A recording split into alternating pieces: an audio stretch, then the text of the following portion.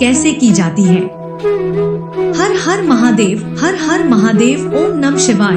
नमस्कार दोस्तों, स्वागत है आपका बलवीर कोट्स चैनल में। प्रिय दोस्तों, आज हम आपको एक ऐसी कथा का श्रवण करने जा रहे हैं जो सुनने मात्र से आपके जीवन में सुख, संपत्ति और धन की वर्षा होगी।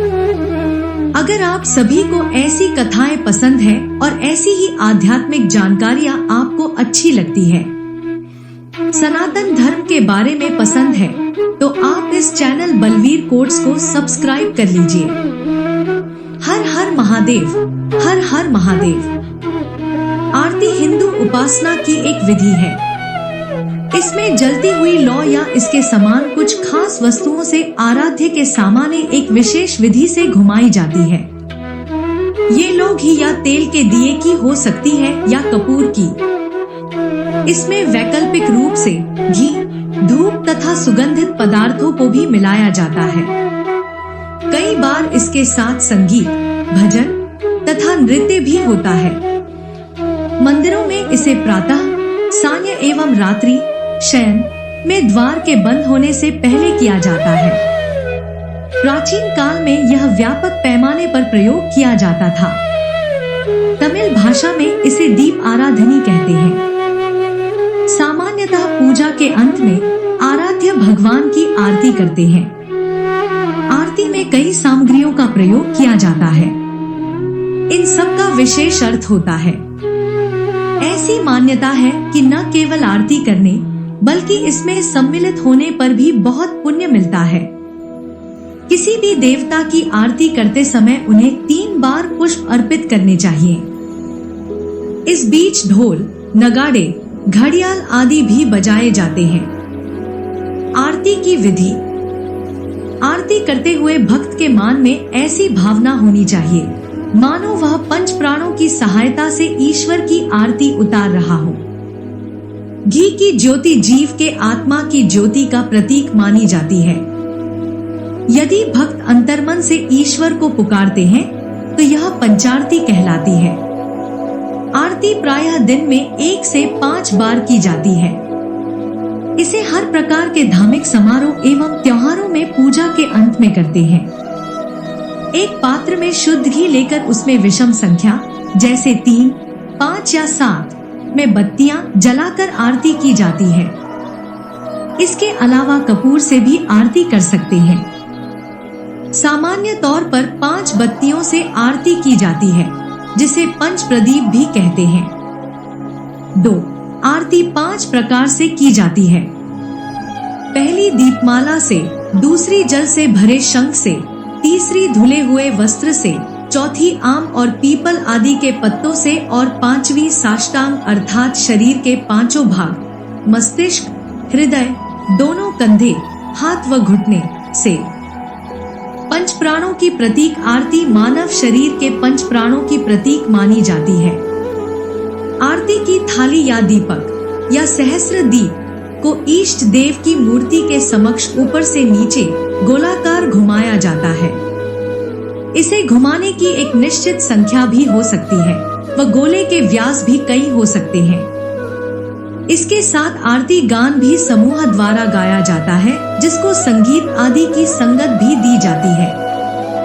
आरती होने के बाद पंडित या आरती करने वाला आरती के दीपक को उपस्थित भक्त समूह में घुमाता है व लोग अपने दोनों हाथों को नीचे को उल्टा कर जोड़ लेते हैं व आरती पर घुमाकर अपने मस्तक को लगाते हैं।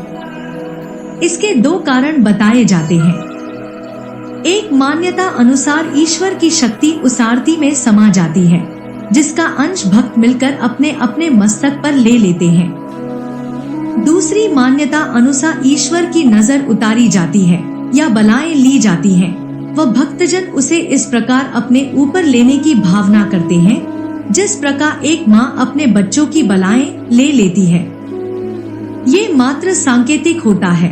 असल में जिसका उद्देश्य ईश्वर के प्रति अपना समर्पण व प्रेम जताना होता है। आरती का थाल। आरती का थाल धातु का बना होता है, जो प्रायः पीतल, तांबा, चांदी या सोना का हो सकता है। इसमें एक गुंदे हुए आटे का धातु का, गीली मिट्टी आदि का दीपक रखा होता है। ये दीपक गोल या पंचमुखी, सप्तमुखी, अधिक विषम संख्या मुखी हो सकता है। इसे तेल या शुद्ध घी द्वारा रुई की बत्ती से जलाया गया होता है। प्रायः तेल का प्रयोग रक्षा दीपकों में किया जाता है व आरती दीपकों में घी का ही प्रयोग करते हैं। बत्ती के स्थान पर कपूर भी प्रयोग की जा सकती है। इस थाली में दीपक के अलावा पूजा के फूल, धूप, अगरबत्ती आदि भी रखे हो सकते हैं। इसके स्थान पर सामान्य पूजा की थाली भी प्रयोग की जा सकती है। कई स्थानों पर, विशेषकर नदियों की आरती के लिए थाली की जगह आरती दीपक प्रयोग होते हैं। इनमें बत्तियों की संख्या 101 भी हो सकती है। इन्हें शत दीपक या सहस्रदीप भी कहा जाता है। ये विशेष ध्यान योग्य बात है कि आरती कभी सम संख्या दीपकों से नहीं की जाती है। आरती की सामग्री का महत्व। आरती के समय कई सामग्रियों का प्रयोग किया जाता है। पूजा में न केवल कलश का प्रयोग करते हैं, बल्कि उसमें कई प्रकार की सामग्रियां भी डालते जाते हैं। इन सभी के पीछे धार्मिक एवं वैज्ञानिक आधार भी है। कलश एक खास आकार का बना होता है। इसके अंदर का स्थान बिल्कुल खाली होता है। मान्यतानुसार इस खाली स्थान में शिव बसते हैं।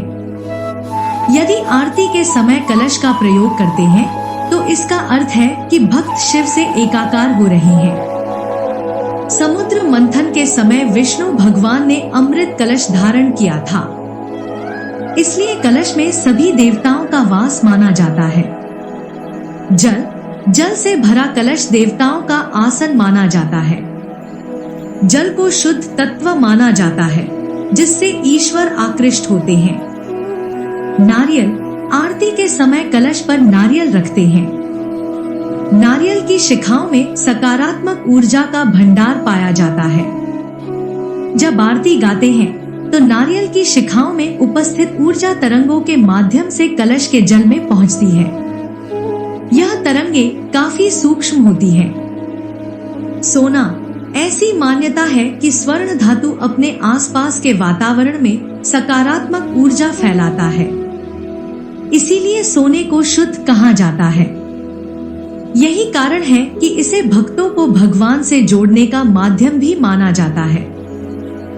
तांबे की मुद्रा, तांबे में सात्विक लहरें उत्पन्न करने की क्षमता अन्य धातुओं की अपेक्षा अधिक होती है। कलश में उठती हुई लहरें वातावरण में प्रवेश कर जाती हैं। कलश में पैसा डालना त्याग का प्रतीक भी माना जाता है। यदि कलश में तांबे के पैसे डालते हैं, तो इसका अर्थ है कि भक्त में सात्विक गुणों का समावेश हो रहा है। सप्तनदियों का जल गंगा, गोदावरी, यमुना, सिंधु, सरस्वती, कावेरी और नर्मदा नदी का जल पूजा के कलश में डाला जाता है। सप्त नदियों के जल में सकारात्मक ऊर्जा को आकृष्ट करने और उसे वातावरण में प्रवाहित करने की क्षमता होती है। क्योंकि अधिकतर योगी मुनि ने ईश्वर से एकाकार करने के लिए इन्हीं नदियों के किनारे तपस्या की थी। पान सुपारी, यदि जल में सुपारी डालते हैं, तो इससे उत्पन्न तरंगे रजोगुण को समाप्त कर देती हैं और भीतर देवता के अच्छे गुणों को ग्रहण करने की क्षमता बढ़ जाती है। पान की बेल को नागबेल भी कहते हैं। नागबेल को भूलोक और ब्रह्मलोक को जोड़ने वाली कड़ी माना जाता है। इसमें भूमि तरंगों को आकृष्ट करने की क्षमता होती है। साथ ही इसे सात्विक भी कहा गया है। देवता की मूर्ति से उत्पन्न सकारात्मक ऊर्जा पान के डंठल द्वारा ग्रहण की जाती है। तुलसी, आयुर्वेद में तुलसी का प्रयोग सदियों से होता आ रहा है। अन्य वनस्पतियों की तुलना में तुलसी में वातावरण को शुद्ध करने की क्षमता अधिक होती है। आरती क्यों और कैसे की जाती है? आरती को आरात्रिक अथवा नीराजन के नाम से भी पुकारा गया है। घर और मंदिर में आरती करने की विधि अलग अलग होती है। शंख ध्वनि और घंटे घड़ियाल आरती के प्रधान अंग है। प्राचीन काल में प्रभु की उपासना कई विधियों द्वारा की जाती रही है। जैसे संध्या वंदन, प्रात वंदन, प्रार्थना, हवन, ध्यान, भजन, कीर्तन आदि। आरती पूजा के अंत में की जाती है। आरती क्यों करते हैं? ऐसा माना जाता है कि यदि पूजन विधि में कोई त्रुटि हो गई हो तो आरती के माध्यम से उसे त्रुटि की पूर्ति हो जाती है।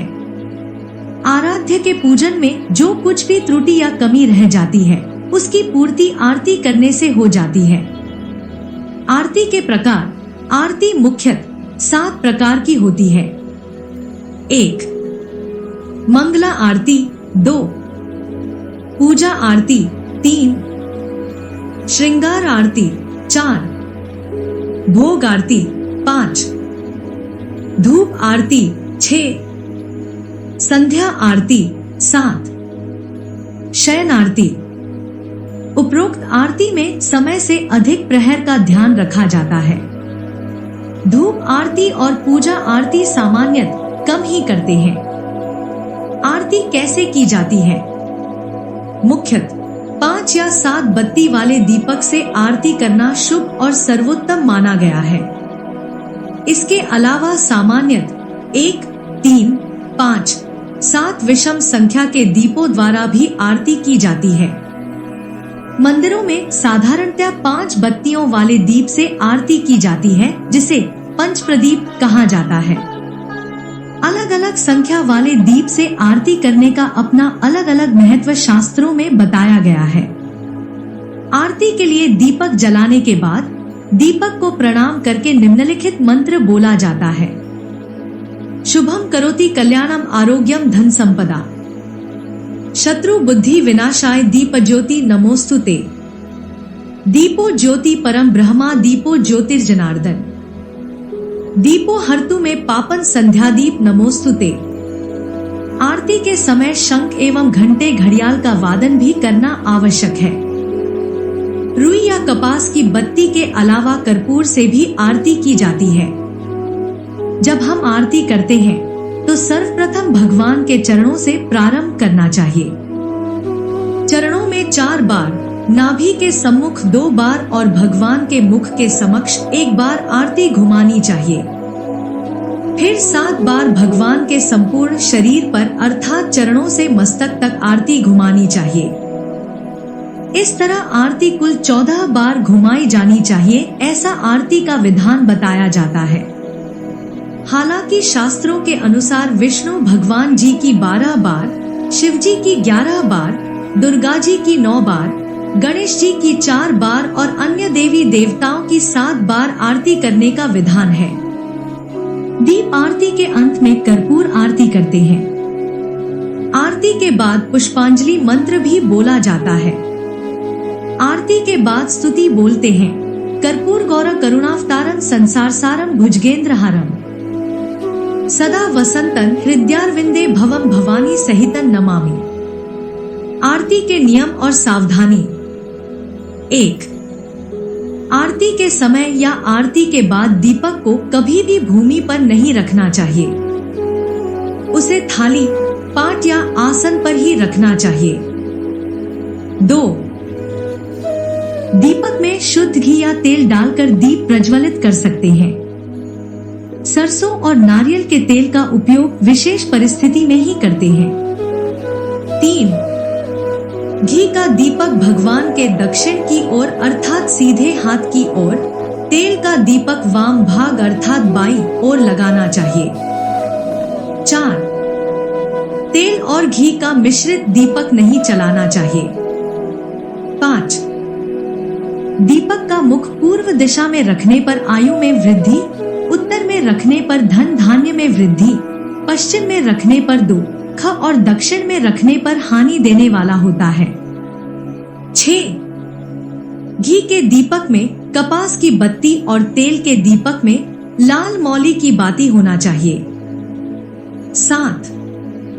आरती कभी भी अखंड जलाए गए दीपक से नहीं करना चाहिए। 8. आरती कभी भी बैठकर नहीं करना चाहिए। 9. आरती के बीच में उस पर से हाथ नहीं घुमाना चाहिए। पूरी आरती होने के बाद उसे जल के छींटे लगाकर ठंडा करना चाहिए और फिर भगवान को समर्पित करना चाहिए। इसके बाद ही सभी को आरती लेना करना चाहिए। 10. आरती के बीच में बोलना, चीखना या अन्य कोई दूसरा कार्य नहीं करना चाहिए। इससे आरती खंडित मानी जाती है। 11. आरती कभी भी बीच में बुझे नहीं, इस प्रकार की व्यवस्था करना चाहिए। 12. आरती को कभी भी उल्टा नहीं घुमाना चाहिए। 13. बिना पूजा उपासना या भजन के आरती नहीं की जाती। 14. आरती से ऊर्जा लेते समय सिर अवश्य ढक लेना चाहिए, खासकर महिलाओं को ऐसा करना चाहिए। 15. दोनों हाथों को ज्योति के ऊपर घुमाकर नेत्रों पर और सिर के मध्य भाग पर लगाना चाहिए। 16. आरती लेने के बाद कम से कम 5 मिनट हाथ नहीं धोने चाहिए। इस वीडियो को बोलते समय कोई त्रुटि हो तो हम क्षमा चाहते हैं। हर हर महादेव, हर हर महादेव। दोस्तों, उम्मीद करते हैं आज की वीडियो से आपको लाभ अवश्य होगा। वीडियो आपको अच्छी लगी हो तो लाइक कर दीजिए और ज्यादा से ज्यादा इस वीडियो को अपने फैमिली और दोस्तों के साथ शेयर कीजिए। चैनल पर पहली बार आए हैं तो चैनल बलवीर कोट्स को सब्सक्राइब कर लीजिए और बेल बटन को भी प्रेस कर लीजिए। इससे ये होगा कि इस तरह की सभी वीडियोस के नोटिफिकेशन आपको सबसे पहले मिलेंगे। महादेव जी का पूर्ण आशीर्वाद पाने के लिए कमेंट में अभी टाइप करें हर हर महादेव, हर हर महादेव, हर हर महादेव। ओम नमः शिवाय। नमस्कार दोस्तों।